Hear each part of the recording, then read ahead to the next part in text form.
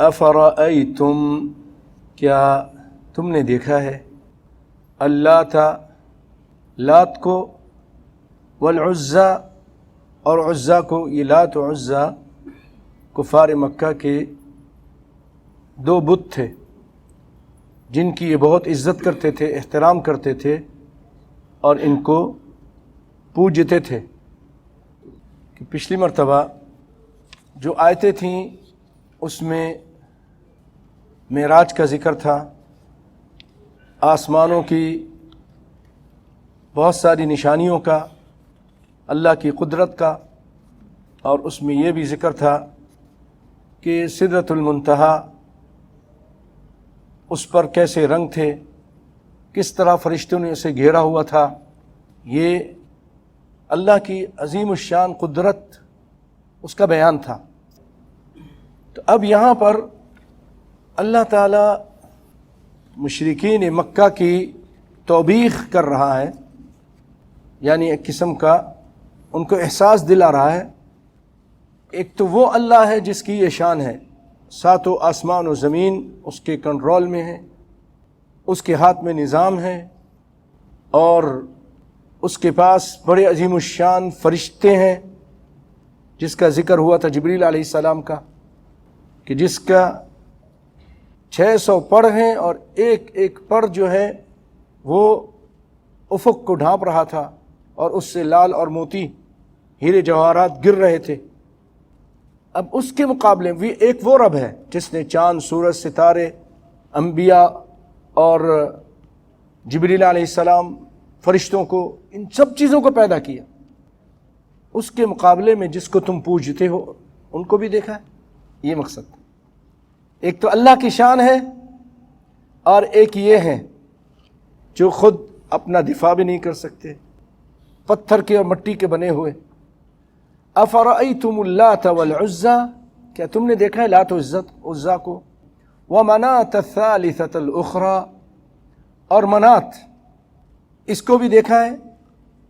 تیسرے بت کا نام تھا منات، اور منات تیسرے گھٹیا کو، ومناة الثالثة الاخرى، اور منات تیسرے گھٹیا. کیا ان کو تم لوگوں نے دیکھا ہے؟ یہ تین مشہور ان کے بت اللہ تعالیٰ نے اس کا ذکر کیا قرآن پاک میں، ورنہ اور بھی بہت سارے بت تھے. پہلے ذکر کیا اللہ تعالیٰ نے لات کا. لات بعض کے نزدیک لاتا یلیتو سے ہے، جس کے معنی ہیں موڑنے کے، یعنی پجاری اپنی گردنیں اس کی طرف موڑتے اور اس کا طواف کرتے تھے. اس زمانے میں جو اس کے پجاری تھے کفار مکہ اور کافر لوگ اس کا طواف کرتے تھے اور گردن موڑ کر اس کی طرف دیکھتے تھے. بعض کہتے ہیں لتا میں تا مشددہ ہے، یلتو ستو گھولنے والا، یعنی کوئی ایسا نیک شخص تھا اس زمانے میں جو لوگوں کو ستو گھول گھول کر پلاتا تھا، خاص طور پہ حاجیوں کو حج کے موسم میں. اور جب وہ مر گیا تو لوگوں نے اس کی قبر بنا لی، اس کی پوجا شروع کر دی، اور بعد میں پھر اس کا مجسمہ بنا لیا، یعنی بت بنا لیا، اور اس کی پوجا کرتے تھے. اور یہ بہت بڑا بت تھا. ثقیف جو طائف میں رہنے والے لوگ قبیلے ہیں ان کا یہ بت تھا. تو آپ دیکھیے کس طرح پوجا شروع ہوتی ہے. کوئی نیک آدمی ہوتا ہے، مر جاتا ہے، لوگ اس کی قبر کو پوجا گاہ بنا لیتے ہیں، پھر بہت بڑی وہاں خانقاہ بن جاتی ہے، مزار بن جاتا ہے، اور میلے شروع ہو جاتے ہیں، اس کی پوجا شروع ہو جاتی ہے. اس پر چادر چڑھاتے ہیں اور اس پر جانور ذبح کرتے ہیں. العزا کہا جاتا ہے کہ یہ اللہ کی صفاتی نام عزیز سے ماخوذ ہے، اور اعزو کی تانیث عزیزہ ہے. بعض کہتے ہیں کہ یہ غطفان میں ایک درخت تھا جس کی عبادت کی جاتی تھی. بعض کہتے ہیں کہ یہ شیطاننی تھی، وہاں ایک شیطاننی تھی، ایک عورت تھی جو بعض درختوں میں ظاہر ہوا کرتی تھی، ننگی عورت ہوتی تھی، اس کی پوجا کرتے تھے. بعض کہتے ہیں کہ یہ سنگ ابیض تھا جس کو پوجتے تھے، یہ عزا. یہ قریش اور بنو کنانہ کا خاص معبود تھا۔ تیسرا بت منات، منا یمنی، اس سے ہے، اس کے معنی ہے سبو، بہانہ، یعنی لوگ اس کا تقرب حاصل کرنے کے لیے کثرت کے ساتھ اس کے پاس جا کر جانور ذبح کرتے تھے۔ یہ مکہ اور مدینہ کے درمیان، قدید کے بالمقابل مشلل ایک جگہ ہے، وہاں تھا۔ اور بنو خزاعہ کا یہ خاص بت تھا۔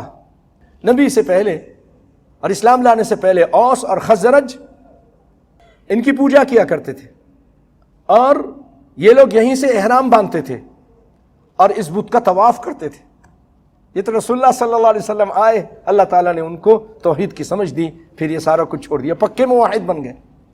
الکم الذکر وَلَهُ الْأُنثىٰ، اور تمہارے لیے ذکر ہے اور اللہ کے لیے انثیٰ۔ یہ کیا کیا تھا کافروں نے؟ کہتا ہے کہ اللہ کی فرشتے اللہ کی بیٹیاں ہیں۔